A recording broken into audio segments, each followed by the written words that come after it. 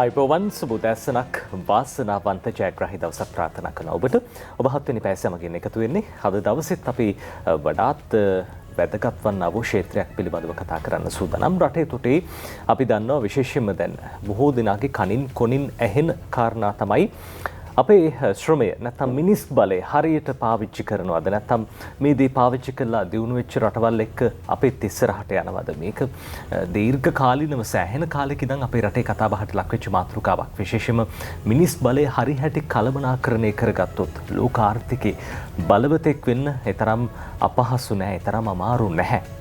ඕනතරම් උදාහරණ තියෙනවා.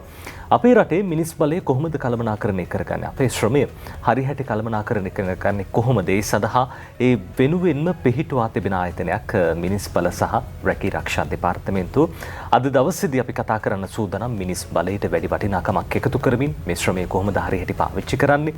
හැමෝටම නිවැරදි විදිහට හරි අධ්‍යාපනයක් ලබන්න නොහැකි වෙන්න පුළුවන් මේ පිරිස් කොහොමද අධ්‍යාපන ධාරාවට එකතු කරගන්නේ සහ උන්ට අධ්‍යාපනයක් ලබා දෙන්න ඉදිරි ජීවනෝපාය මාර්ග කොහොමද සකස් කරගන්නේ? මේ සියල්ල පිළිබඳව කතා කරන්න සූදානම්. ඒ සඳහා සුදුසුම චරිතයට අපි අද ආරාධනා කළා. 7 වෙනි පැය මැදිරියට අපි හඳුනා ගනිමු කවුරුන්ද කියන මග. එතුමිය දුටු පමණින් ඔබ බොහොම හොඳින් හඳුනා ගන්නවා, විශේෂයෙන්ම මේ ශිල්ප වැඩසටහන හරහා. ඒ වගේම සංස්කෘතික කටයුතු දෙපාර්තමේන්තුව ගැන මීට පෙර කතා කරන අවස්ථාවලදී එතුමිය පිළිබඳව වැඩි අවධානයක් යොමු වුණා. අද දවසේ අපිත් එක්ක 7 වෙනි පැයට එකතු වෙන්නේ අනුෂා කෝකුල ප්‍රනාන්දු මහත්මිය. සුබ දැසනක් ඔබතුමීට. සුබ දැසන.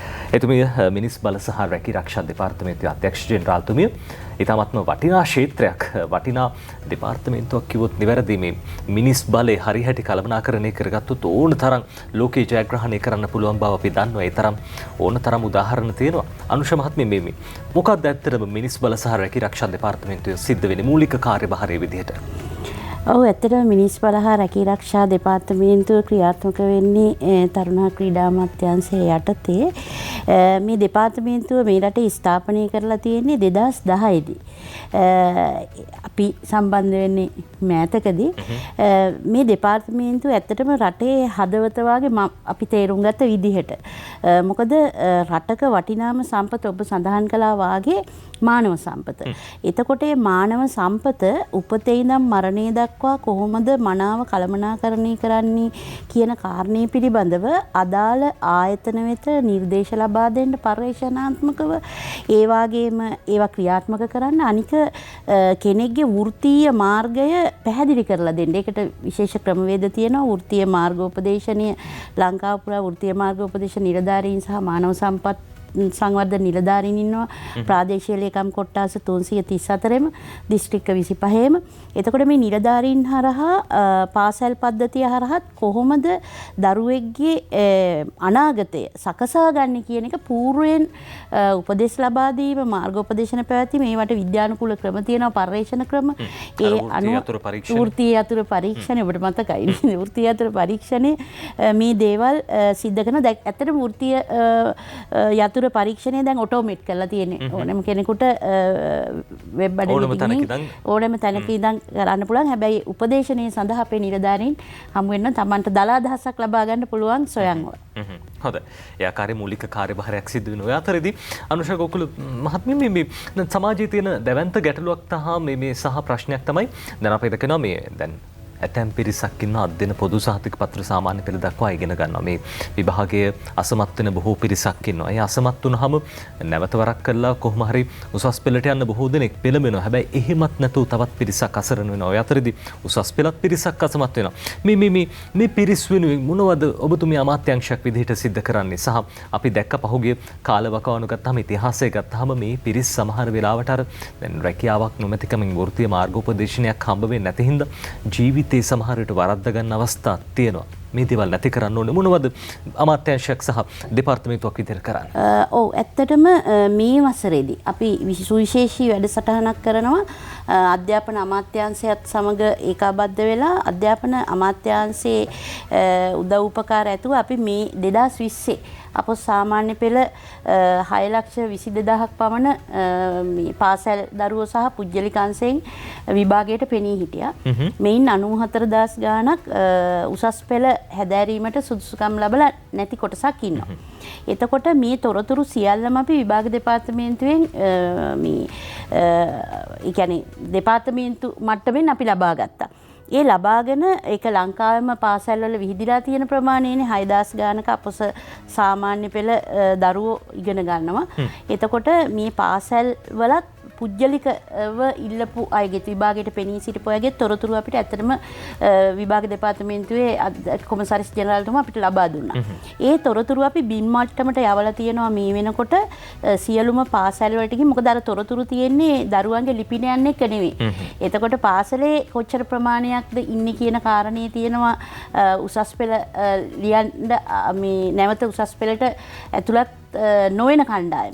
එතකොට අපි අපේ නිලධාරීන් හරහා මේ වෙනකොට ඒ 94000 ගානේ පුජ්‍යලිකාංශයාගේ ලිපින තියෙනවා. මේ සම්බන්ධ කරගන්න පුළුවන්. එතකොට 35% විතර තමයි මේ වෙනකොට අපි සම්බන්ධ කරගෙන තියෙන්නේ මේ දරුවෝ ලංකාවේ මේ ක්‍රියාවලිය දැන් යනවා. අපි මාර්තු 31 වෙනකොට මේ දරුවෝ ටික කොහොමද දැන් කණ්ඩායම ගොඩකට එනවනේ මේ 94000 බෙදෙනවා නැවත සාමාන්‍ය පෙළ විභාග ලියනවා. එහෙම නැත්නම් ප්‍රතිඵල සම්පූර්ණ කර ගැනීමට යටත් ණයට ලෙවල් කරනවා කියන්නේ ජනවාරි පාස් කරලා දෙන්නම් කියලා එහෙම කණ්ඩායමක් ඉන්නවා. ඒ අතර තමන්ගේ පවුලේ රැකියාවක් කරන ගෙදර ස්වයං රැකියාවක් තියෙනවා නම් ව්‍යාපාරය තියෙන ඒකට සම්බන්ධ වෙන දරුවෝ ඉන්නවා.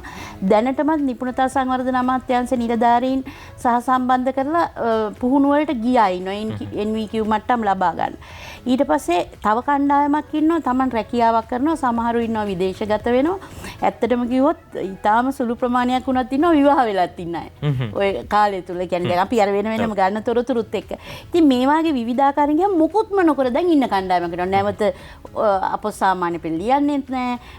අර අපේක්ෂිත ප්‍රතිඵල මත ඒ ලෙවල් කරන්නෙත් නැහැ. රැකියාවකට යන්නෙත් නැහැ. පුහුණුවක් ලබන්නෙත් නැහැ. මෙන්න මේ කණ්ඩායම රටේ වටිනාම කණ්ඩායමක් බවට පත් කරන්න පුළුවන් අපි විධිමත්ව මැදිහත් වුණොත්.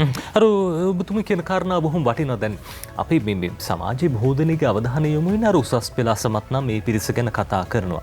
හැබැයි සාමාන්‍ය පෙළ අසමත් නැවතත් අර විභාගය කළා මේ අසමත් වෙන පිරිස ගැන වැඩියෙන් කතා බහට ලක් වෙන්නේ නැහැ. මේ පිරිස සමාජයේ කාලයක් තිස්සේ අතහැරුණු පිරිසක්ද කියලා හිතනවා. මේ පිරිස මේ ශ්‍රමයේ ඵලදායී ප්‍රයෝජනට ගන්න තමයි මේ වැඩපිළිවෙල ඔබතුමී ක්‍රියාත්මක කරන්නේ. අනිවාර්යෙන්. අපි ඒකට අපිට තනියම වැඩ කරන්න බෑ. අපේ ගරු අමාත්‍යතුමා මේ නාම රාජපක්ෂ මැතිතුමත් මගේ ලේකම්තුමා අනුරාධ විජේකෝන් මැතිතුමත් ගේ උපදෙස් මත සහ නිර්දේශ මත අපි දැන් ගොඩාක් ආයතනික ඒකාබද්ධ වෙලා කටයුතු කරනවා. දැන් උදාහරණයක් කිව්වොත් විදේශ රැකියා ප්‍රවර්ධන රාජ්‍ය අමාත්‍යාංශය. ඒ ලේකම්තුමත් ඊටාම අපිට සහයෝගය දක්වනවා. දැනට ඇවිල්ලා තියෙනවානේ විදේශ වලින් විදේශ රැකියා අවස්ථා ජපානීන් ගත්ත විවිධ රටවල් වලින්. එතකොට ඒ අවශ්‍ය වෙන්නේ ඇත්තටම සමහරට භාෂා හැකියාව. ඒ භාෂාව හදාරපුවාම විභාගයක් තියෙනවා. ඒකට පෙනී සිටපුවාම ජපානයේ රැකියාවකට යන්න පුළුවන්. ඒ වයස් කාණ්ඩයේම තමයි අදාළ වෙන්නේ. ඒත් ඔය අපොස සාමාන්‍ය පෙළ කරපු දරුවෝ. එතකොට ඔවුන්ට වෙන අදහසකුත් නැත්තම් උසස් පෙළ කරන්නේ නැත්තම් නැවත අපොස සාමාන්‍ය පෙළ කරන්නේ නැත්තම් විධිමත් අධ්‍යාපන ධාරාවෙන් දරුවෝ බැහැර වෙනවා නම් ඔවුන්ට අපි පැහැදිලි කරනවා මෙන්න පුතේ මේ අවස්ථාව තියෙනවා මෙන්න මෙහෙම කියලා. තව පුහුණු වලට ගිහින් නැති අය ඉන්නවා නම් දැන් ගොඩාක් වෙලාවට අපේ වෘත්තීය පුහුණු ආයතන ලංකාව වටා 1500ක් විතර තියෙනවා. අපේ අමාත්‍යාංශය යටතේ නෙවෙයි. නිපුණතා සංවර්ධන අමාත්‍යාංශය යටතේ තියෙනවා. අපේ අමාත්‍යාංශය යටතේ තියෙනවා ජාතික යොවුන් සේනාංකයේ තරුණ සේවා සභාව මේ ආයතන එකතු වෙලයි. දැන් අර පවුලේ වැඩක් වාගේ. දැන් ගෙදර කාමර වෙන් කරගෙන ජීවත් වෙන්න පුළුවන්. හැබැයි ගෙදර වැඩේදී අපි ඔක්කොම එකතු වෙනවනේ. ගෙදර පින්කමක්ද මගුල් තුලාවක්ද අපි එකතු වෙනවා. ඉතින් ඒ වාගේ අපේ රටේ වැඩේ අපේ දරුවන්ගේ වැඩේ. එතකොට මේ අපේ දරුවන්ගේ වැඩේ වෙනුවෙන් අපි එකතු වෙන්න ඕනේ. තනියම අපේ දෙපාර්තමේන්තුවට කොහොමත් කරන්න බෑ. තනියම කරනවට වැඩිය එකතු වුණාම හරි සුන්දරයි. මම මේ වෙලාවේ කියන්න හරිම කැමති ආසයි සතුටුයි හැම ආයතනයක්ම සහයෝගය දක්වන එකතු වෙනවා. මොකද විභාග දෙපාර්තමේන්තුවෙන් තමයි පළවෙනිම සහයෝගය දුන්නේ මේ තොරතුරු ටික ලබා දීලා. දැන් මේ තොරතුරුත් එක්ක තමයි අපි යන්නේ. එතකොට හැම අමාත්‍යාංශයක්ම එකතු වෙනවා. මාධ්‍ය ආයතන විශේෂයෙන් ඔබේ මාධ්‍ය ආයතනයේ අපිට හැම මොහොතකම උදව් කරනවා. මට මතකයි ගිය අවුරුද්දේ අර වෘත්තීය මාර්ගෝපදේශන සතියක්ම තිබුණා. විශාල සහයෝගයක් මේ මාධ්‍ය ජාලයෙන්ම අපිට ලැබුණා. ඇත්තටම මාධ්‍යවලත් විශාල කාර්යභාරයක් අපේ තරුණ මේ මානව සම්පත ඉස්සරහට ගෙනියන්න. මානව සම්පත ශක්තිමත් නම් ඒවා ආපස්සට මාධ්‍ය ආයතන වලටත් වාසිදායකයිනේ. අර ඔබතුමීගේ මේ අදහස් වල තිබ්බ බොහොම වටින වචනයක් අපේ මේ අපේ රට අපේ දරුවෝ ඉස්සරහට ගෙන යන අපි කැප වෙන්න ඕන රටක් විදිහට අපි හැමදෙනෙක් එකතු වෙන්න ඕන. ඒ කටයුත්තට සත්භාවයෙන් අපි මාධ්‍යශාලයක් විදිහට දායක වෙනවා ඒ බවත් මතක් කරන්න ඕනේ. දැන් ඔබතුමී කියපු කාරණා අතර මේ NVQ සහතික ලබා දෙන වැඩ කටයුත්ත ගැන දැන් අපි දන්නවනේ අනුෂා ගෝකුල මහත්මිය අපේ රටේ රජයේ රස්සාවක් වුණා තවම සුදුසුකම් විදිහට සාමාන්‍ය පෙළ සමත් මේ සහතිකේ ඉල්ලනවා. හැබැයි සාමාන්‍ය පෙළ අසමත් සිසුන් ඉන්නවා. ඒ පිරිස් වෙනුවෙන් NVQ සහතික ලබා දෙන්න ඕනේ සහ වෘත්තීය ඒ නිපුණත්වය ලබා දීලා උන්ට විදේශ රැකියා හරි කමක් නැහැ. රටට ජාතික ආර්ථිකයට සෑහෙන දායකත්වයක් ලබා දෙන්න හැකියාව තියෙනවා. කොහොමද මේ වැඩ පිළිවෙල ක්‍රියාත්මක වෙන්නේ NVQ සහතික ලබා දෙන්න? ඇත්තට මේක නිපුණතා සංවර්ධන අමාත්‍යාංශය යටතේ වෘත්තීය මාර්ගෝපදේශයක් විදිහට සහ ඒත් ශේෂ නිලධාරීන් වශයෙන් ඉන්නවා. එතකොට ඒ අධිකාරිය විසින් තමයි ඒක ලබා දෙන්නේ. අපි කරන්නේ ඒකට යොමු කිරීම. සම්බන්ධ කිරීම සහ දරුවාට මේ නිවැරදි දැනුම දෙන එක. ඒ කියන්නේ ඔහුගේ දැන් කෙනෙක් දරුවෙකුට හිතෙන්න පුළුවන් මුළු ජීවිතේම ඉවරයි. අපෝ සාමාන්‍ය පෙළ හරියට කරගන්න බැරි වුණා නම් උසස් පෙළ කරන්න බැරි වුණා නම් අනේ අපේ ජීවිතේ ඉවරයි. සමාජෙත් හිතන්නේ අපෝ සාමාන්‍ය පෙළවත් අසමත් වුණාද? ඒ ජීවිතය අසමත් වෙනව නෙවෙයිනේ. අවසනවන්ත සිද්ධි අපි දැක්කා. එක කඩයිමක් විතරයි. තව මාර්ග ගොඩාක් තියෙනවා. දැන් අපි හිතමුකෝ කොහේ හරි ගමනක් යන්න එකපාරක් නැත්තම් ඒ පාර වහලා නම් අපි ගමේ අසවල් පාරවල් හොයාගෙන යනවනේ. ඒ වාගේ ගොඩාක් පාරවල් තියෙනවා. අනික එදාට වැඩිය අද විශාල මාර්ග තියෙනවා. සමහර විට අර විධිමත් පද්ධතිය හරහා යන දරුවට වැඩිය වුණත් ඉදිරි ගමනක් යන්න පුළුවන් තරම් මාර්ග අද වෙනකොට විවෘත වෙලා තියෙනවා. හොඳයි අපිට මොහොතක් දෙන්න අපි වෙලා බලලා දෙන්න. හොඳයි අපි නැවතත් කතා කරමු අනුෂා ගෝකුල් ප්‍රනාන්දු මහත්මිය මේ අර කියපු කාරණා බොහොම වටිනවා මේ ගමනක් යන්න එකපාරක් නෙවෙයි තියෙන අතුරු පාරවල් වලින් ෂෝට්කට් වලින් දාලා යන්න පුළුවන්. අවසානයේදී අපි ඉන්නේ කොතනද කියලා දෙන්නේ වැදගත්. සමහරට අර නියම විදිහට යන දරුවට වැඩිය ආර්ථිකයේ ඊට වැඩිය සවිමත් කරගන්න පුළුවන් වෙන්න පුළුවන්. අධ්‍යාපනයේ පැත්තෙන් ගත්තාමත් තව ඉස්සරහට යන්න පුළුවන්. ඔව් ඇත්තටම දැන් අපි රැකියා අවස්ථා කියපහම ගොඩාක් අය අපේ ගම් දනව්වල දෙමව්පියද ගුරුවරුද දරුවෝද හිතාගෙන ඉන්නේ මේ රාජ්‍යාංශයට එන එක. රාජ්‍යාංශය කියන්නේ එකක් විතරයි. එතකොට රාජ්‍යාංශේ පුජ්‍යලිකාංශේ ව්‍යාපාර දැන් ගොඩාක් තියෙනවා මේ කොවිඩ් තත්ත්වයට එක්ක නිදහස් රැකියා. ඒ කියන්නේ ෆ්‍රීලාන්ස් ජොබ් කියන එක. ඒ වගේම මාර්ගගතව රැකියා කරන්න කියන්නේ ඔන්ලයින් ජොබ් කියන්නේ ගොඩාක් තියෙනවා. රැකියා වර්ග ගත්තාම අපේ රටේ විතරක් 12000ක් පමණ තියෙනවා. අපි දන්නේ වෛද්‍යවරයෙක් වෙන්න, ඉංජිනේරුවෙක් වෙන්න, නීතිඥයෙක් වෙන්න, ගුරුවරයෙක් වෙන්න අපේ දෙමව්පියෝ දන්න පොඩි ප්‍රමාණයක් තියෙන්නේ. හැබැයි විශාල රැකියා ප්‍රමාණයක් තියෙනවා. මේ සම්බන්ධයෙන් අපි විශාල මැදිහත් වීමක් මගේ නිලධාරීන් සමග අපි කරනවා. මේ ඒ වගේම විදේශ රැකියා. මේ වගේ ඒකෙන්නේ විදේශ විනිමය රටට එන්නේ දැන් ගොඩාක් වෙලාවට අපේ නුපුහුණු ශ්‍රමය යනවා කියන එක අපි හැමදාම කතා කරන කාරණයක්. ඉතින් මේ සම්බන්ධයෙන් මේ සියල්ල නෙට් ජාලගත කරන්න අපේ දෙපාර්තමේන්තුව විශාල මැදිහත් වීමක් කරනවා මේ මොහොත වෙනකොට. අර කාලයක් තිස්සේ මේ වැඩිම තිබේ ගෘහ සේවයටනේ අපේ රටේ පිරිස් ගියේ. හැබැයි දැන් ඒ තත්ත්වය වෙනස් වෙලා නේද? පුහුණු තාක්ෂණික ශිල්පීන් ඔය සත්තු සත්කාර සේවා මොන වගේ ක්ෂේත්‍රවලට දිල්ලුමක් තියෙනවා? ගොඩාක් ඉල්ලුමක් තියෙනවා. ඇත්තටම මේ කෙයා ගිවර්ස්ලාට ඒ කියන්නේ සත්කාරක වැඩවලට ගොඩාක් ඔය ජපානි වගේ රටවල් වල ඒ වගේම විශේෂයෙන්ම හෝටල් ශාස්ත්‍රය තාක්ෂණික සේවාවන් මේ වාගේ ගොඩක් දේවල් තියෙන. දැන් සාමාන්‍යයෙන් ගත්තාම අපේ රටේ තරුණයෝ කැමති මේ ගොඩනැගිලි ඇතුලේ කරන රැකියාවලට අර එළියේ කරන රැකියාවලට පොඩි අකමැත්තක් තියෙනවා. ඉතින් ඒක ආකල්පමය ප්‍රශ්නයක්. හැබැයි එහෙම යන්න කැමති මේකට විශාල වශයෙන් ඇත්තටම ආයතන අපි වැඩ කරනවා. කාලයක් තිස්සේ මම දකින කාරණේ තමයි මම මේ ශාස්ත්‍රයට අලුත් කෙනෙක්. මම සමාජ සේවා අධ්‍යක්ෂ සංස්කෘතික කටයුතු අධ්‍යක්ෂ එහෙමනේ හිටියේ. හැබැයි මම හරිම තෘප්තියෙන් වැඩ කරන ශාස්ත්‍රයක් මේකත්. එතකොට මේ ගොඩාක් දේවල් තියෙනවා. හැබැයි තිබ්බට මේක ජනතාව අතරට ගිහින් අපේ ආදරණීය දරුවෝ දෙමව්පියෝ ගුරුවරු මේ ඇත්තටම මේ දැනුම ප්‍රමාණවත් නැහැ. ඒක ඒගොල්ලන්ගේ ප්‍රශ්නයක් නෙමෙයි. දැන් අපි මොනවා හරි අලෙවි කරනවා නම් අපි දැනගන්න එපා ඒක අලෙවිකරණය කරන්න. ඒ වගේ දෙයක්. එතකොට අපි අර රාජ්‍ය සේවය එච්චර අලෙවිකරණයේ පැත්ත ගැන හිතලා නැහැනේ. අපි අපේ ආයතනය අරගෙන ඉන්නවා. කවුරු හරි සේවාව ඕන නම් ඇවිල්ලා ගන්න වාගේ එකක් නේ තියෙන්නේ. නමුත් මේක ජනගත කරන්න ඕනේ. සුබ සාධන සේවයක් කියලා. සුබ සාධන සේවය. නමුත් මේක ඍජුවම රටේ ආර්ථිකයට බලපානවා. කොන්දේසි විරහිතව රාජ්‍ය නිලධාරීන් වශයෙන් අපි වැඩ කරන්න ඕනේ කියන එකයි මගේ පෞද්ගලික මතය.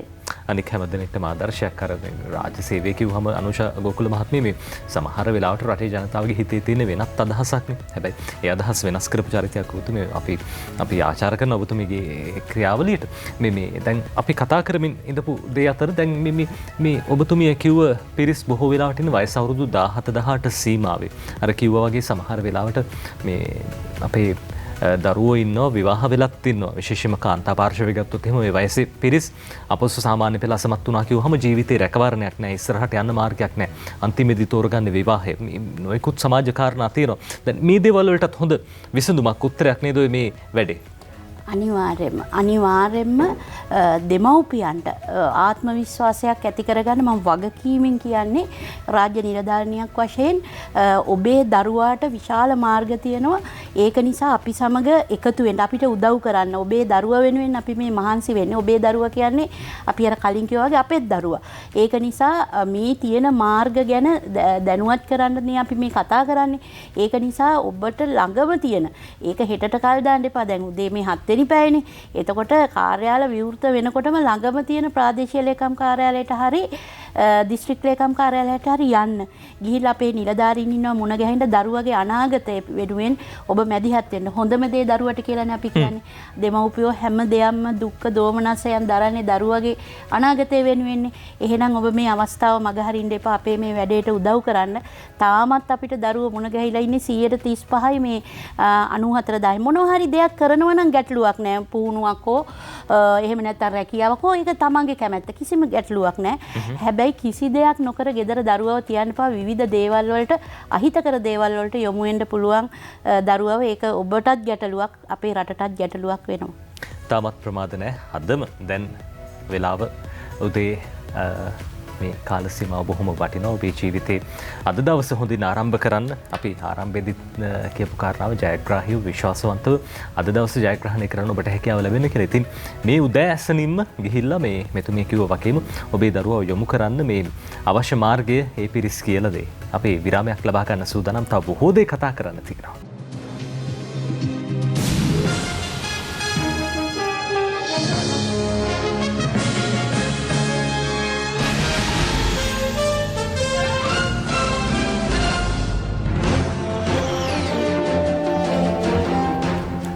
ඔබ නැවතත් එකතු වෙන්නේ 7 වෙනි පැය සමගින් මිනිස් බල සහ රැකී රක්ෂා දෙපාර්තමේන්තුවේ අධ්‍යක්ෂ ජෙනරාල්තුමිය අනුෂා ගෝකුල ප්‍රනාන්දු මහත්මිය අද 7 වෙනි පැයට එකතු වෙනවා. අර එතුමිය සඳහන් කරපු අදහස් බොහොම වටිනවා.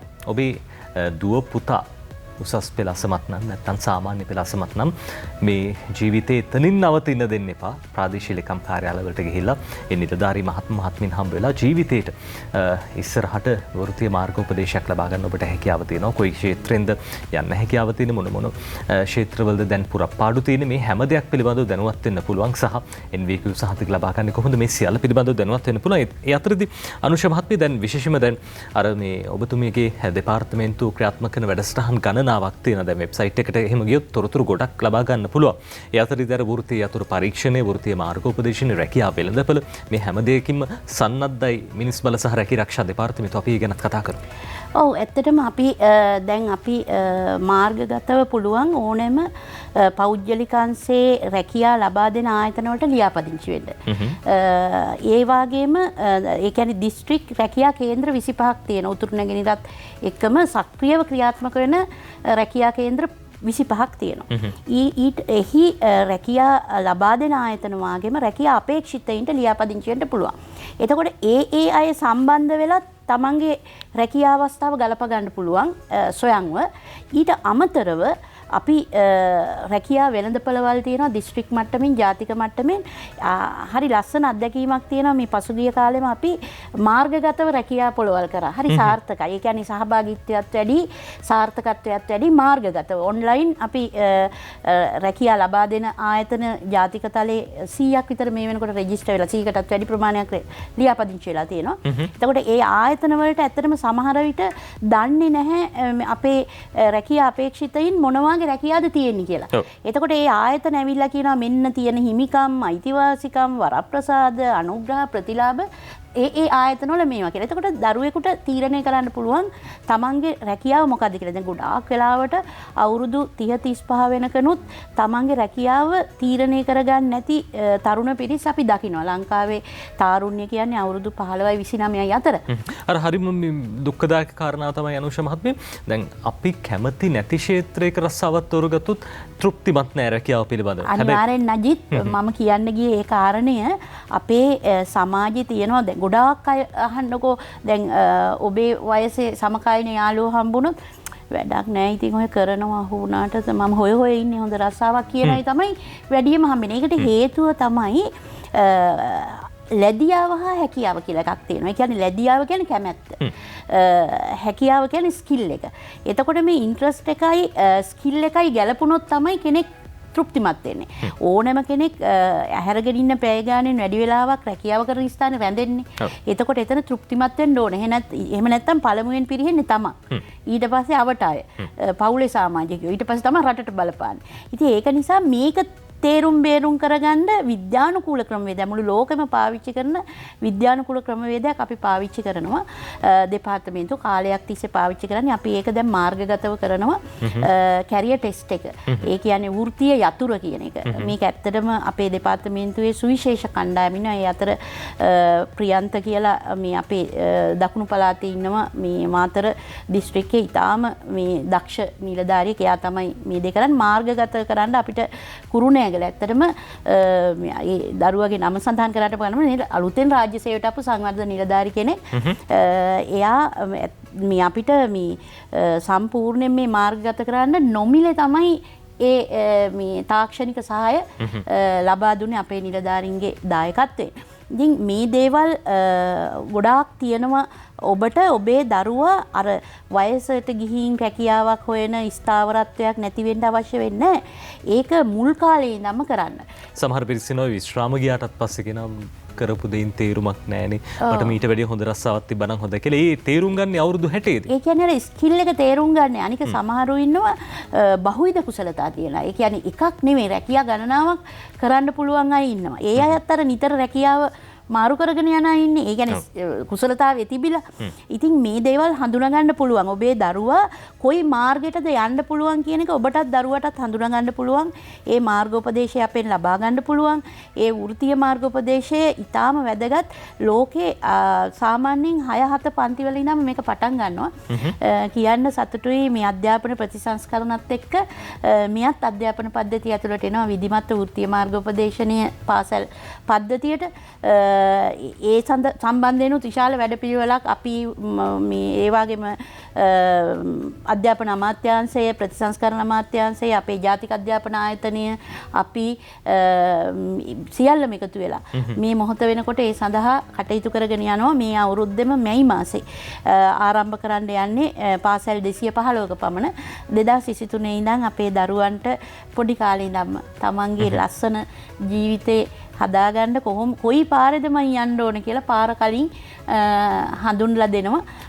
ඔබතුමී කියන කාරණේ බොහොම වටිනවා. මොකද මේ අත්දැකීම් තියෙන ඕන තරම් සමහර වෙලාවට දෙමව්පියෝ තමයි තීරණය කරන්නේ විද්‍යාංශයෙන් ඉස්සරහට යනවද ගණිතාංශයෙන් ඉස්සරහට යනවද කලාංශයට නම් සමහර වෙලාවට කැමති නැති වෙන්නත් පුළුවන්. හැබැයි බොහෝ දරුවෝ ඉන්නවා කලාංශයට ගොඩක් දක්ෂතා තියෙන කට්ටිය. හැබැයි අම්මා තාත්තා කැමති නැහැ.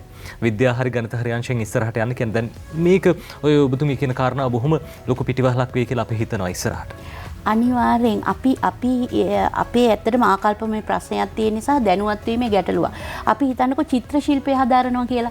මේක විධිමත්ව හදාරලා ගියොත් අද වෙනකොට පේන්ටින්ග්ස් අලෙවි වෙන්නේ කෝටි ගණන් වලට ලෝකෙ.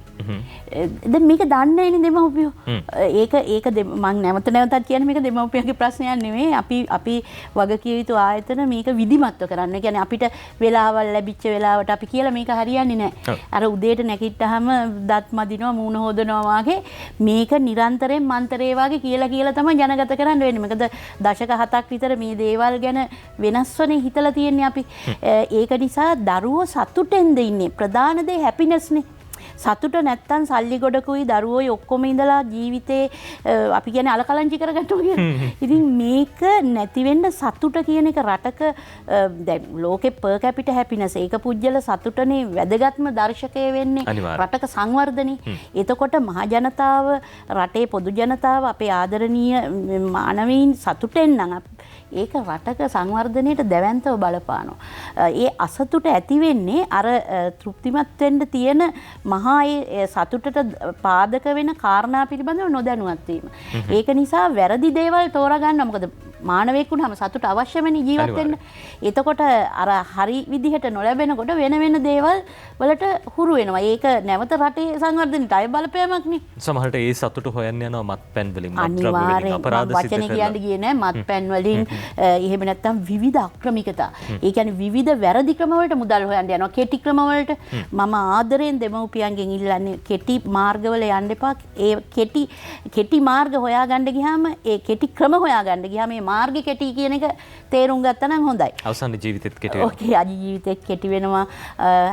විශාල ගැටලු ගොන්නකට මුහුණ දෙනවා. ඒක නිසා ඉවසන්න ඕනේ. අපේ සමාජයේ පොඩි ප්‍රශ්නයක් තියෙනවා. අද වපුරලා හෙට බත් කන්න ඕනේ. එහෙම වෙන්නේ නැහැ. සාර්ථකත්වය කියන්නේ කැප කරන්න ඕනේ, ආසාවෙන් කරන්න ඕනේ. ඒ වැඩේ ආසාවෙන් කරන්න ඕනේ. වැඩේට ආදරය කරන්න ඕනේ. කරන වැඩේ ආදරෙන් කරන්න ඕනේ. රොකට් සයන්ස් නෙමෙයි හරි සරල දෙයක්. ඉතින් හිත හදාගන්න විතරයි ඕනේ. අපේ ජන සමාජය හිත හදාගත්තොත් මේ රට මෙතන තියෙන්න ඕනේ මේ නජිත් අපි කියන්නේ මහා සම්පත් පායක් මේක. මේ මහා සම්පත් තියෙන රටක් මේවා අපි හඳුනාගෙන නැහැ. අපි ඇත්තටම මේකට උදව් කරන්න ඕනේ. මං ආදරෙන් ඉල්ලනවා නෙමෙයි මං ආයාචනා කරනවා. රටේ මේ අපි මහ ජනතාවගේ මුදල් ලබන රැකියා කරන අය අපි ණයයි මේ රටේ මිනිස්සුන්ට රාජ්‍ය නිලධාරීන් වශයෙන් මම ගෞරවයෙන් ඉල්ලන්නේ ඔබ ප්‍රමාද නැහැ. තාම අවස්ථාව තියෙනවා දරුවොත් එක්ක මේ ගමන යන්න අපිත් එක්ක එකතු වෙන්න අපිට උදව් කරන්න. ඔබේ උදව්ව කියන්නේ මේ ගැන දැනුවත් වෙන්න අපි මේ කරන මහන්සියට.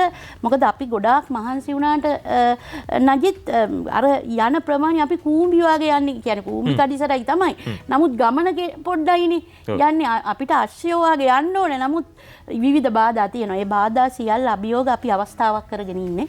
ඉතින් මම නැවතත් කියන්නේ මේ වැඩසටහන් අපිට ලබා දුන්නට මම සභාපතිතුමා ඇතුළු ඔබ සියලුම දෙනාට ස්තුති නෙමෙයි පිසිද්ධ වෙනවා කියනවා. මොකද අපිට මේ රට වෙනස් කරන්න පුළුවන්. අපි කළ යුතු අවස්ථාවක ඉන්නේ. මේ සියල්ල ඒකාබද්ධ කරගෙන යන්න ආදරණීය ඔබේ හිත පොඩ්ඩක් තමන්ගේ දරුවා වෙනුවෙන් ශක්තිමත් කරගෙන දරුවට ලොකු මාර්ගයක් තියෙනවා. දරුවා අතහැර දාන්න එපා. ටොකුවා ඉන්න යන්න එපා. දරුවාව මේ ඇත්තටම විවේචනය කරන්න එපා. දරුවා ඇතුලේ වෙන ශක්තියින් ගොඩාක් තියෙනවා. අපිට ඒක හඳුනා ගන්න පුළුවන්. අපි හඳුනාගෙන ඒක දෙන්නම් උදව් කරන්නම් අපි එකතු වෙන්න කියලා තමයි නජිත් ඉල්ලන්නේ. අනිවාර්යෙන්. ඒ අදහස් ඒ වචන බොහොම වටිනවා. විශේෂම ඒ වචන පිට වෙන්නේ රාජ්‍ය නිලධාරියෙකුගේ මුවින්. ඒකත් ඉතාමත්ම වටිනවා. මොකද රාජ්‍ය නිලධාරීන් කම අපි අර මේ අනුෂ මහත්මිය සමහර වෙලාවට කිසියම් ආකාරයක ජනතාවගේ හිත තුළ තියෙනවා ඔය වැඩ වර්ජන දකින්නකොට උද්ඝෝෂණ දකින්නකොට තැම් පිරිස් වල හැබැයි බහුතරයක් එහෙම නෙවෙයි. බහුතරයක් ඔබතුමීගේ පැත්තේ ඉන්නවා. මේ පිරිස් එක්ක රට ඉස්සරහට ගෙනියන්න ඕනේ. ඒ අතරේ අනුෂ මහත්මිය අපි දකින්න කාලයක් තිස්සේ විශ්වවිද්‍යාල වලින් උපාධිත් අරගෙන බොහෝ පිරිසක් මේ පිට වෙලා යනවා. උපාධි ලබන්නෙත් ඔය රටේ මහ ජනතාවගේ මුදල් වලින් මේ නිදහස් අධ්‍යාපනය ලබන්නේ. හැබැයි ඒ පිරිස් අධ්‍යාපනය ලැබලා උපාධියකුත් දීලා අවසානයේදී රැකියාවකුත් දෙන්න ඕනේ. මේ මානසිකත්වය අපි කොහොමද වෙනස් කරගන්න ඕනේ? ඔබතුමිය දැන් කිව්වා විවිධ පරීක්ෂණ සහ විවිධ ක්‍රම තියෙනවා තමුන්ගේ ජීවිතේ යන පැත්ත තෝරගන්න. හැබැයි සමහර පිරිස් ඉන්න පුළුවන් ව්‍යවසායකත්වයට නැඹුරු වෙච්ච පිරිස්. හැබැයි ඒ අය දන්නේ නැහැ තමුන්ට මේ දේ පුළුවන්ද කියලා. ඉතින් මේ විශ්වවිද්‍යාලයක අධ්‍යාපනය ලැබුවොත් ඔය පරීක්ෂණයට භාජනය වෙන එකට තහනමක් නැහැ. නෑ පුළුවන්. අපි දැනට මාර්ගගතව කරන්නේ එක ටෙස්ට් එකක් විතරයි. තව ටෙස්ට් වර්ග 5ක් තියෙනවා. ඒ කියන්නේ විවිධයි. ඒ කියන්නේ ව්‍යවසායකත්වයෙන් නම් දරුවන්ට එකක්. ව්‍යවසායකත්වයේ Tamanට කොයි වගේ ව්‍යවසායකත්වයක්ද දරන්න පුළුවන් කියන කාරණය තව ටෙස්ට් එකක්. එතකොට ඔය විශ්වවිද්‍යාලවල උපාධි අපේක්ෂිත දරුවන්ට තව පරීක්ෂණ. දැන් මේ ටිකත් අපි මේ දවස්වල අපි කොහොම හරි මේ අවුරුද්දේ ඒ ටික කරන්න උත්සාහ කරනවා මාර්ගගත ක්‍රමයට ගන්න. එතකොට Tamanටම සොයන්ව කරගන්න පුළුවන් යම් මට්ටමකට. ඒ කියන්නේ ඒකේ උපදේශනීය ගන්න වෙනවා පුහුණුවලත් කෙනෙක්ගෙන්. මොකද ඒක හරි පරිස්සමට කරන්න ඕන එකක් නේ. තමන්ම තීරණය කරලා ඒ ටෙස්ට් එක කරලා විතරක් කරගන්න බෑ. අර සමහරවිට තමුන්ගේ අඩුපාඩු පේන්නේ නැහැ. පිට කෙනෙක් තමයි ඒ දේ දකින්නේ. මොකද නිවැරදිවම කරන්න ජීවිතයක් එක්කනේ මේ කරන්නේ. ෆයිල් එකක් එක්ක ගොනුවක් එක්ක වැඩ කරනවා නෙවෙයිනේ. ඒක නිසා ඒක ඊටාම පරිස්සමට කරන්න අවශ්‍ය වෙනවා. ඒ වගේම මම සතුටින් කියන්න කැමති අපේ විශ්වවිද්‍යාලවල මේ වෙනකොට වෘත්තීය මාර්ගෝපදේශන ඒකක පිහිටවල තියෙනවා. ඒක අපි සම්බන්ධ වෙලා නෙමෙයි ඒ විශ්වවිද්‍යාල පද්ධති තුල. නමුත් අපි ඒවත් එක්ක දැන් ඒකාබද්ධ වෙලා වැඩ කරන්න ආරම්භ කරලා තියෙනවා. ඒක නිසා අපිට වැඩි ශක්තියකින් මේ දේ යන්න පුළුවන් වෙයි. අනික අපි දැන් පටන්ගෙන තියෙනවා මේ වැඩේ මුලක ඉඳන් කරන්න. දෙන්නෙක් විවාහ වෙන තැන ඉඳන් ගර්භණී මව්වරුන්ට ඉඳන්. මොකද අම්මා කෙනෙකුට මේ දේ කියපුවාම මෙහෙම දරුවෙක් ඔය මව්කුස ඇතුලේ ඉන්න ලෝකෙ වෙනස් කරන කියන අම්මට ලොකු ශක්තියක් ඇති වෙනවා. විද්‍යානුකූලව හොයලා තියෙනවා දරුවෙක් හොයාගෙන තියෙනවනේ දරුවෙක් මව් කුසේ ඉන්නකොට තමයි ලොකු මේ දැවැන්ත ශක්තියක් දෙන්න පුළුවන් කියලා. ඉතින් පළමු පාසල මව් කුසයි කියලා අපි දැන් වැඩපිළිවෙලක් ගෙනවා කාන්තා කටයුතු අමාත්‍යාංශයත් එක්ක. ඉතින් අපි උත්සාහ දරනවා මේ රට වෙනස් කරන්න. වෙනස් කරන්න පුළුවන්. වෙනස් කරන්න පුළුවන්. අපේ මිනිස්සු හරි හොඳයි. හරි දැනුමක් ඕනේ. ගොඩාක් වෙලාවට අපේ තියෙන්නේ වැරදි දේවල්, විවේචනය, සර්ව අසුභවාදී වීම මේ එහෙමනේ. එතකොට හැම දෙයක්ම මිනිස්සු දේශපාලනයත් එක්ක ගැට ගහ ගන්නවා. නමුත් රාජ්‍ය නිලධාරීන් වැඩ කරන දැන් මේ අපේ මේ කාර්යයන්ට ප්‍රාදේශීය ලේකම්වරු 334ම, දිස්ත්‍රික් ලේකම්වරු 25 දෙනා පුදුම සහයෝගයක් දෙන්නේ. ඒ කියන්නේ හරි ආදරණීයයි. මේ දේවල් මම කියන්නේ අර අපේ දෙපාර්තමේන්තුවේ ස්ලෝගන් එක වෙන්නේ වැඩ හැඩ හඬ කියලා. ඒ කියන්නේ දැන් වැඩ විතරක් කරාට වැඩක් නෑ. ඒකට හැඩයකුත් තිබිලා ඒකට හඬක් තිබ්බොත් තමයි අර එහෙම සංස්කෘතියනේ දැන් තියෙන්නේ. ඉතින් ඒක අවශ්‍ය වෙනවා. ඒ අවශ්‍ය වෙන මොහොතේදී තමයි අර කොන්දේසි විරහිතව අපි රටට ආදරේ නම් අපිට කොන්දේසි තියෙන්න බෑ. ආයතන එකතු වෙන්න, පුජ්‍යලයන්ට එකතු වෙන්න, නිලධාරීන්ට එකතු වෙන්න.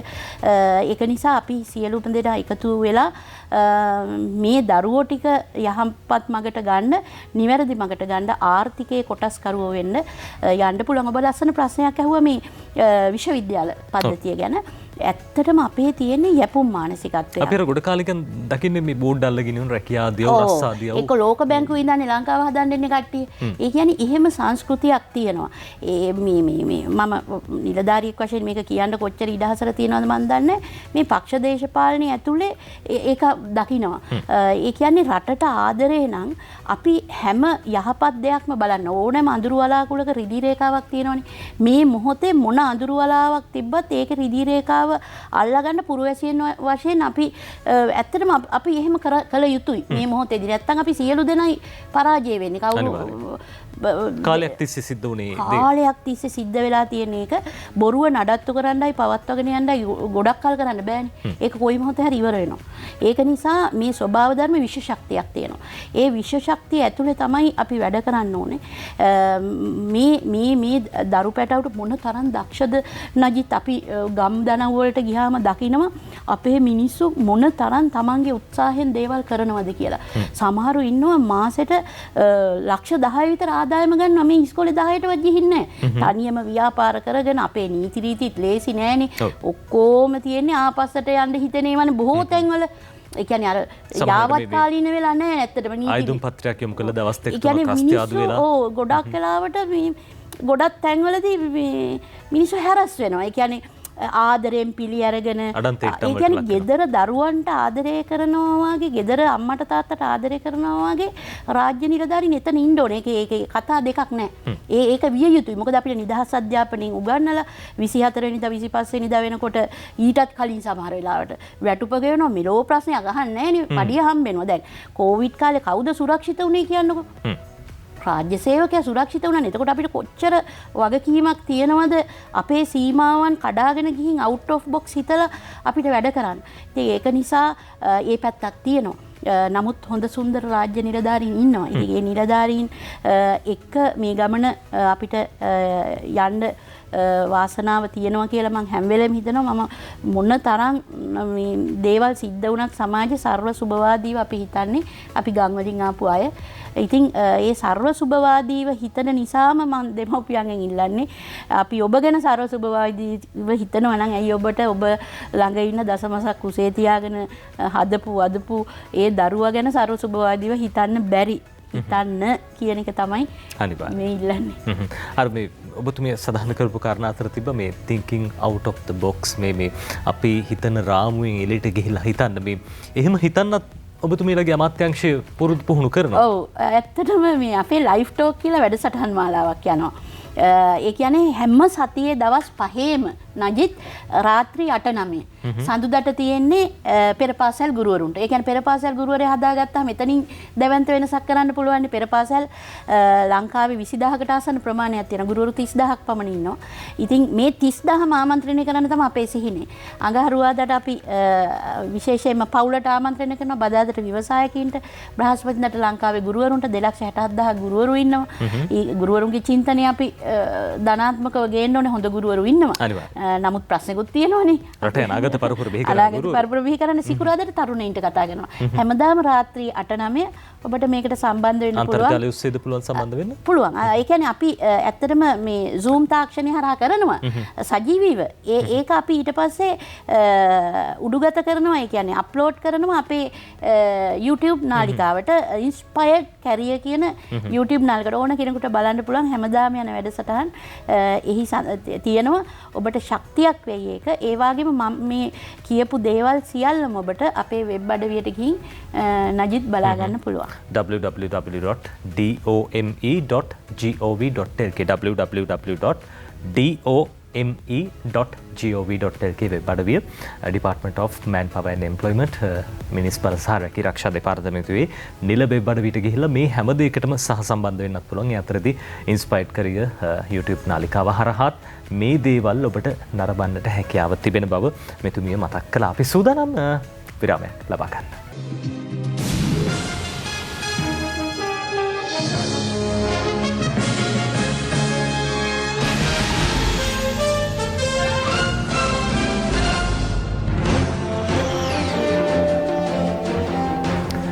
මිනිස් බල සහ රැකී ආරක්ෂා දෙපාර්තමේන්තුවේ අධ්‍යක්ෂ ජෙනරාල්තුමිය අනුෂා ගෝකුල ප්‍රනාන්දු මහත්මිය අද 7 වෙනි පැයට එකතු වෙන අපි බොහෝ දේ කතා කළා. දෙපාර්තමේන්තුවක් විදිහට කොහොමද රටේ ජනතාව වෙනුවෙන් මිනිස් බලය හරි හැටි ප්‍රයෝජනයට ගන්න කියන කාරණා පිළිබඳව කතා කළේ. ඔය අතරේ අනුෂා මහත්මිය දැන් අපි දන්න ඕනම ආයතනයක තියෙනවා මේ පර්යේෂණ සහ සංවර්ධන ඒකකයක් රිසර්ච් ඇන්ඩ් ඩෙවලොප්මන්ට් මේ දැන් පර්යේෂණ සිද්ධ වෙන්න ඕනේ. අත්හදා බැලීම් සිද්ධ කරන්න ඕනේ. මේ දේවල් වලටත් ඔබතුමියගේ දෙපාර්තමේන්තුවේ ඉඩහසර තියනවද කොහොමද? ඒ කටයුතු සිද්ධ වෙනවා. අනිවාර්යයෙන්ම දැන් ලෝකෙ ඉස්සරහට යන්නේ පර්යේෂණ මතමයි. අපි කළමනාකරණයේදී කියන්නේ විශාල වශයෙන් සැලසුම් කරලා පොඩි දෙයක් කරන්න කියලා.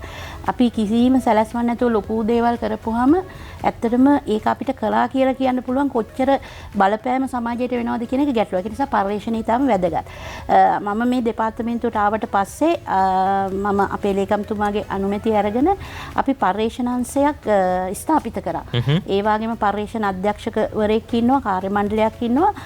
අපි පර්යේෂණ කරනවා සහ අපි මාසයකට සැරයක් බුද්ධි කලම්බන සැසි කියලා කරනවා. ඒ කියන්නේ එක් ප්‍රශ්නයක් අරගෙන රටේ තියෙන මානව සම්පතට ගැටලුවක් වෙන ඒක කොච්චර දුරට පැතිරෙන්න පුළුවන්ද කියලා පර්යේෂණ කරලා ඒ නිර්දේශ ඒ අදාළ ආයතනයට ලබා දෙනවා. ඉතින් මේ සඳහා ඕනෑම කෙනෙකුට සම්බන්ධ වෙන්න පුළුවන්. ඒ කියන්නේ අපි මේ අවුරුද්දේ ප්‍රසිද්ධ කරනවා. එතකොට මේ දවස් 10ක් වැඩසටහන් 10ක් තියෙන බුද්ධි කලම්බන සැසි කියලා brainstorming session කියලා. ඒකෙදි හිතන්නකෝ දැන් අපි සාර්ථක අත්දැකීම් කෙනෙකුට ඉදිරිපත් කරන්න පුළුවන්. ඒක කොහොමද වැඩි වර්ධනය කරන්න කියන කාරණාව. දැන් අපිට හම්බෙනවා නිල් කටරොළු මල් වලින් තේ හදනවා අපනයන වෙළඳපොළට. කාන්තාවක් මාතලේදී අපිට හම්බෙන්නේ ඇය ලක්ෂ 6ක් 8ක් අතර ප්‍රමාණයක් ආදායමක් ලැබෙනවා මාසිකව. ඒ කාන්තාව කියනවා මට අක්කර 5ක් දුන්නොත් මම 300කට රස්සා දෙනවා කියලා. මොන ශක්තියද දැන් ඔබට පුළුවන්ද මට පුළුවන්ද? අපිට රස්සා දෙන්න කාටවත් බෑ නේ රැකියා දෙන්න. ඒ ශක්තිය. එතකොට මේව පර්යේෂණ කරන්න. අපි සිද්ධි අධ්‍යයන කරන්න ඕනේ. අපි ස්ටෝරි ටෙලිං කියන තැන ඉන්න සමාජය යන්නේ කතන්දර අහන්න කැමති සමාජය යන්නේ අපි. ඒකනි කතන්දර හදන්නේ අපි සාර්ථක ජීවිත කතා. දැන් ඒවා අපි 75ක් හදලා තියෙනවා මුළු ලංකාවෙම. විනාඩි 3 වීඩියෝ ක්ලිප් විදිහට ඕන කෙනෙකුට ඔබට අර කලින් කියපු නජිත් මහත්මයා කියපු වෙබ් අඩවියට ගිහිල්ලා බලන්න පුළුවන් කොච්චර උනන්දුවෙන් අපේ සොයන්ව හිතලා දේවල් කරනවාද කියලා. අනික අපේ සමාජයේ තියෙනවා ලොකු ප්‍රශ්නයක් පොඩි හීන දකින්න කැමති. ලොකු හීන දකින්න බයයි. ඒ කියන්නේ අපි උගන්වන්නේ ඒ වගේ දේවල්. සහ මේ උදාහරණයක් විදිහට ගත්තොත් අනුෂ මහත්මිය දැන් අපි තුමු මේ සිල්ලර කඩයක් කියලා ගෙදර සිල්ලර කඩයක් පවත්වගෙන යන මුළු ජීවිත කාලෙම ওই කඩේ කරන තමයි බොහෝ දෙනෙක් හිතන අර කම්ෆර්ට් ලයිෆ් එකක් නැත්නම් සුවපහසු ජීවිතයක් ගැන හිතන්නේ. එතනින් එහාට යන්න බොහෝ දෙනෙක් හිතන්නේ මට මේ ඇති. මෙතනින් එහාට මට යන්න ඕනේ නැහැ කියලා තමයි බොහෝ දෙනෙක් හිතන්නේ. ඔය වුණා රට යන්න ඕනේනේ. රට ඉස්සරහට යන්න ඕනේ. යාට යන්න ඕනේ නැති වෙන්න පුළුවන්. ඒකට තමයි අපි උනන්දු කරන්න ඕනේ. ඒකට තමයි අපේ නිලධාරීන් ඉන්නේ. අපේ නිලධාරීන් විතර නෙවෙයි විවිධ අමාත්‍යාංශවල ඒ සඳහා ඉන්න ශ්‍රේෂ්ඨ නිලධාරීම වර්ග 44ක් ඉන්නවනේ ලංකාවේ. හැම ප්‍රාදේශීය ලේකම් කාර්යාලයකම නැති වෙන්න පුළුවන්. අවම 20 දෙනෙක්වත් ඉන්නවා. හේසාන්තිනම් පාදාන්තයට සේවය දෙන්න මේ නිලධාරීන් ඉන්නවා. එතකොට මේ සේවය අපේ අය ගන්නත් ඕන. මේ දේවල් අපි පරිශ්‍රණයට ලක් කරනවා. ඒ කියන්නේ හැම තැනමදීම අපි පරිශ්‍රණයට ලක් කරලා අපේ නිර්දේශ ලබා දීම සහ ඒකට බලපෑම් කිරීම තමයි කරන්නේ. දැන් එක උදාහරණයක් කිව්වොත් පාසල් පද්ධතියේ ගුරුවරු වෘත්තීය මාර්ගෝපදේශන පිළිබඳව දැනුවත් විය යුතුයි සියලුම දෙනා. ඒ කියන්නේ සියලුම දෙනා දැනුවත් වෙන්න ඕනේ. හැබැයි විශේෂව සුවිශේෂීව දැනුම තියෙන අය ඕන කියලා අපි අපේ තියෙන ක්‍රම සම්පාදන දෙපාර්තමේන්තුවට දැනුම් දුන්නා. මේ අධ්‍යක්ෂ ජෙනරාල්තුමාට මම මේ වෙලාවේ ස්තුතිවන්ත වෙන්න ඕනේ. එතුමා මේක පිළිගත්තා අපේ නිර්දේශය. එතකොට දැන් ඒක සම්බන්ධයෙන් තමයි මේ වැඩ පිළිවෙල යන්නේ. එතකොට අපි නිකන් පර්යේෂණ කරලා සමහර පර්යේෂණ තියෙනවනේ කරලා ඉවරලා හුඹස් පෙට්ටිය දාලා තියෙනවා වගේ එහෙම පර්යේෂණ නෙමෙයි. කාර්යබද්ධ පර්යේෂණ කාර්යයත් එක්ක බැඳිච්ච පර්යේෂණ දීලා ඒක ඉතින් පසුපස පොඩ්ඩක් හඹන්න ඕනේ. අපේ අර තාම සංස්කෘතිකමය කාරණයක් නෙවෙයිනේ පර්යේෂණ කියන එක අපේ. හැබැයි මේ පර්යේෂණ සංස්කෘතිකම කාරණයක් නොවෙන්නේ නැහැ. ගම්වල ඉන්නේ අර අබිලිම්මාම වගේ එහෙම නාට්‍යයක ඉන්න චරිතය වගේ පර්යේෂකෙක්නේ. ඇත්තටම දේවල් හොයලා හොදිසි කරනවා දෙනවා. මේ හැකියාව අපේ සමාජයේ තියෙනවා. මොකද පර්යේෂණ කරන්නේ වෙන කෙනෙක්ගේ දෙයක් අපි හොයන එකනේ. එතකොට අර ඒක යහපත්ව යොදන්න පුළුවන්. අපේ සමාජයේ ගොඩක් අය තමන්ගේ දේ හොයනවට වඩා අනුන්ගේ දේ හොයන්න කැමතිනේ. අපි සමහරවිට ඔය පර්යේෂණ මේ කරලා පර්යේෂණ නිමිත්තක්. ඉතින් ඒකනේ පර්යේෂණ කළා හොයන දේ අන්තිමේදී මේ ලිඳ ළඟදී තමයි මේ හැමෝටම හොඳ සමාජ ක්‍රමයක් ඒක ඇත්තටම මිනිස්සුන්ගේ ආතතිය යන දැන් අපි ආතතිය විෂාදේ වගේ තත්ත්වයන් අපි ඒ සම්බන්ධයෙන් පහුගිය දවසක කරා ඇත්තටම මේ නජිත් ජාතික පුවත්පත් කොච්චර දුරට මානව සංවර්ධනයට සමාජ සංවර්ධනයට දායක වෙලා තියෙනවද කියලා මේක ජනගත කළා. එතකොට අපි පර්යේෂණය කරා පුවත්පත් අවුරුදු 100ක අරගෙන ලංකාවේ 1904 ඉඳන් මේ දක්වා පුවත්පත් අරගෙන ජාතික පුවත්පත් ඒක ඉඩෙන් කොච්චර ප්‍රමාණයක් මානව සංවර්ධනයට සමාජ සංවර්ධනයට දායක වෙලා තියෙනවද කියලා. බොහෝ රටවල් 150කට වැඩි. ඔබ විශ්වාස කරලා ඉඳන්නේ අපේ රටේ 104යි. 104යි. අපි යෝජනා කරා අපේ ගරු අමාත්‍යතුමා හරහා ජනමාධ්‍ය අමාත්‍යතුමාට දල සැමිතුමාට ගරු දල සැමිතුමාට එතුමා එක කරයි ලිඛිතවම දැනුම් දීලා තියෙනවා 125ක්වත් මේ අවුරුද්දේ කරන්න ජාතියක් වශයෙන් ඉස්සරහට යනකොට ජනමාධ්‍යවල දායකත්වය අතිමහත්. අපේ පුවත්පතක් ගත්තොත් තියෙන්නේම මනස විකෘති වෙනවා. යහපත් දේවල් කොච්චර තියෙනවද? හැබැයි ඒ සම්බන්ධයෙන් තියෙන මැදිහත් වීම ප්‍රමාණවත් මදි. සහ අපේ ඉස්සර ජනමාධ්‍යවේදීන් ගොඩාක් වෙලාවට හරි පර්යේෂකයෝනේ. පර්යේෂණය කරලා ලියන්නේ. දැන් කාමරය ඇතුලේ ඉඳන් ලියනවනේ දැක්කා වගේ. එතකොට ඒව හරිම මේ විකෘතීන් වෙන්නේ. ඉතින් ඒකනේ මම වගකීමෙන් කියන්නේ පර්යේෂණාත්මකව කියන්නේ. ඒක නිසා මේ ඒ සම්බන්ධයෙන්ත් අපි මාධ්‍ය දැනුවත් කරලා තියෙනවා සංවාදයක් ඇති කරන්න.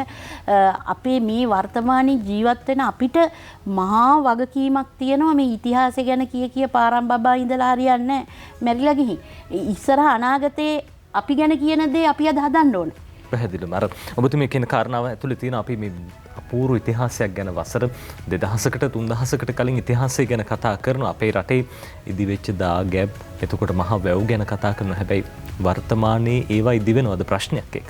අනිවාර්යයෙන්ම. ඒ කියන්නේ ඉස්සර ගත්තාම මිනිස්සු අපේ පාසල් ඊට පස්සේ වැඩිහිටි නිවාස ළමා නිවාස රෝහල් ගොඩාක් දානි දුන්නේවා මිනිස්සු. එතන හිටපු කණ්ඩායමක් සහ හරිම මේ අභිමානවත් කණ්ඩායමක්. ඒ යැපුම් මානසිකත්වය නැති අභිමානවත් මේ වෘත්තිකයන් කියන අයත් අන්නේ අභිමානය කියන තැනට අපි ගේන්න ඕනේ. ඒ කියන්නේ යැපෙන රැකියාවකට වැඩිය මිනිස්සුන්ට රැකියා දෙන කෙනෙක් බවට පත් කරන්න පුළුවන් නම් අපි ඒ සඳහා තමයි වැඩි යොමු වීමක් තියෙන්නේ. රැකියා කරන අය අවශ්‍යයි. දැන් අපි වාගේ රැකියාවක්නේ අපි කරන්නේ. නමුත් රැකියාවල් දෙන අය රටේ ඉන්න ඕනේ. ඉතින් අන්න ඒ කණ්ඩායමක් බිහි කරන්න විශාල මැදිහත් වීමක් කරනවා.